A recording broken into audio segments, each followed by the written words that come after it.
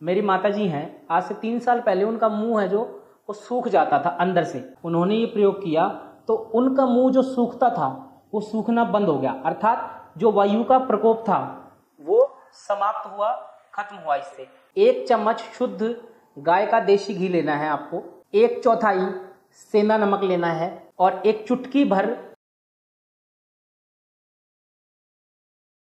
नमस्कार दोस्तों, वर्षा ऋतु शुरू हो गई है। जैसे ही हम गर्मी से वर्षा ऋतु की ओर जाते हैं तो हमारे शरीर के अंदर में वायु का जो असंतुलन है वो हो जाता है और उस वायु के प्रकोप के कारण से अनेक सारे रोग हमारे शरीर में पैदा हो जाते हैं। जैसे कई प्रकार का शरीर में दर्द हो जाता है जगह जगह पर, या फिर शरीर में जकड़न आ जाती है, गैस बनना।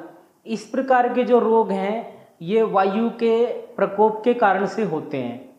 तो आज हम एक प्रयोग के बारे में बात करेंगे जो कि जैसे आज 21 जून 2024 है, ये प्रयोग आज रात में ही करना है आपको। इसका एक विशेष नक्षत्र है आर्द्रा नक्षत्र, उस समय पर करना है ये प्रयोग। उस समय पर अगर ये प्रयोग आप करते हैं तो आप पूरे साल भर विभिन्न प्रकार के जो वायु से होने वाले रोग हैं उनसे बच सकते हैं। वायु के रोग कितने हैं? आयुर्वेद के अंदर में 80 प्रकार के रोग वायु के गिनाए गए हैं, जिसमें कि आपका गैस बनने से लेकर के रोमेटॉइड आर्थराइटिस से लेकर के शरीर में अलग अलग जगह पर दर्द होना, ये सब के सब रोग उसके अंदर में सम्मिलित हैं। आपका वायु के प्रकोप से होने वाले जो रोग हैं उनसे तो बचाव होगा ही होगा, साथ में जिनको ये रोग हैं उन रोगों में भी बहुत ज़्यादा लाभ इस प्रयोग से होने वाला है। ये जो प्रयोग है ये विशेष प्रयोग है जो नक्षत्र के अधीन है, विशेष नक्षत्र में ही ये होता है। तो ये नक्षत्र कब है? ये नक्षत्र ग्रीष्म ऋतु जब समाप्त होती है, वर्षा ऋतु का जब आरंभ होता है, जो कि अब की बार है 21 जून 2024 को रात 12 बजने के बाद, जब 22 तारीख शुरू होती है, 22 जून लगेगा, उसी समय करना है आपने। मतलब रात को 12:05 पर ये आर्द्रा नक्षत्र है, उस समय पर आपको ये प्रयोग करना है। उसी समय सूर्य जो है वो आर्द्रा नक्षत्र में प्रवेश करेगा। उसी परफेक्ट टाइमिंग पर अगर आप इस प्रयोग को करते हैं तभी ये पूर्ण लाभकारी आपके लिए हो सकता है। ये आर्द्रा नक्षत्र का जो प्रयोग है ये प्रामाणिक परंपरा द्वारा हमारे पास में आया है। राजीव भाई दीक्षित जी के जो गुरु हार्डिकर दादाजी, उनसे होता हुआ, उनके द्वारा बताया हुआ, आचार्य मेहुल जी के द्वारा ये हम तक आया है। इसका पूरा का पूरा श्रेय हमारे श्रेष्ठ विद्वानों को ही जाता है।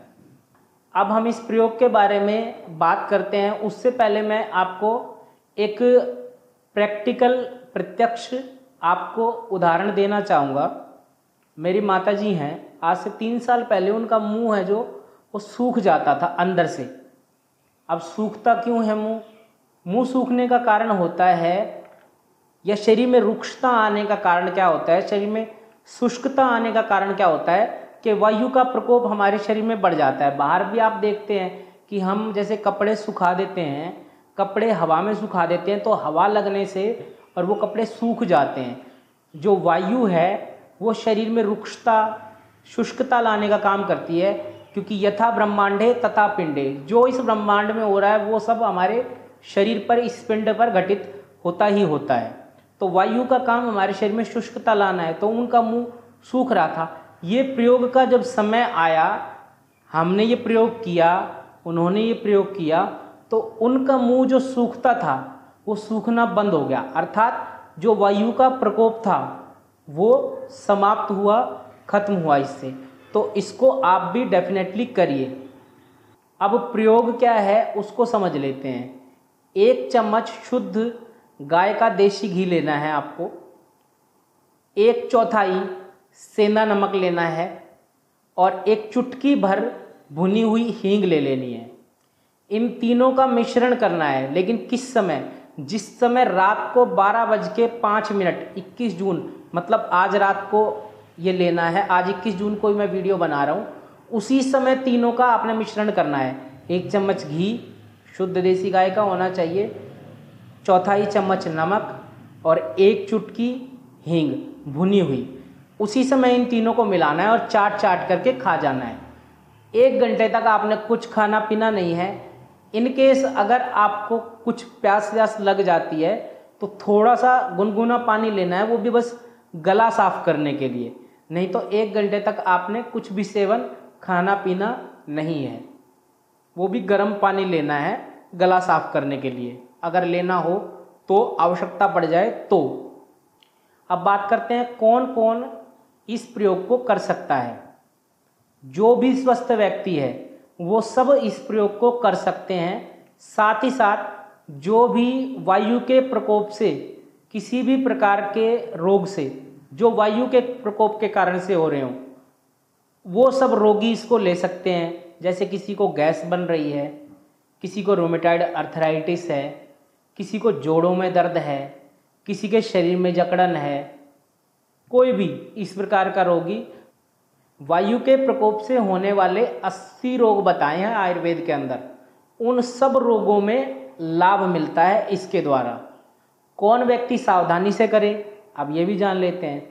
जिनको पित्त विकार है या पित्त की उल्टियाँ होती हैं, या फिर अल्सरेटिव कोलाइटिस है, या फिर किन्हीं को ब्लीडिंग है, शरीर में गर्मी अत्यधिक है, तो उनको सावधानी पूर्वक लेना है या थोड़ा कम मात्रा में लेना है। अब ये भी जान लेते हैं किस किस को नहीं करना है। 5 वर्ष से कम के जो बच्चे हैं उनको नहीं करना है। जो गर्भावस्था में महिलाएं हैं उनको नहीं करना है। जो वृद्ध लोग हैं, वृद्ध अवस्था में हैं, उनको नहीं करना है।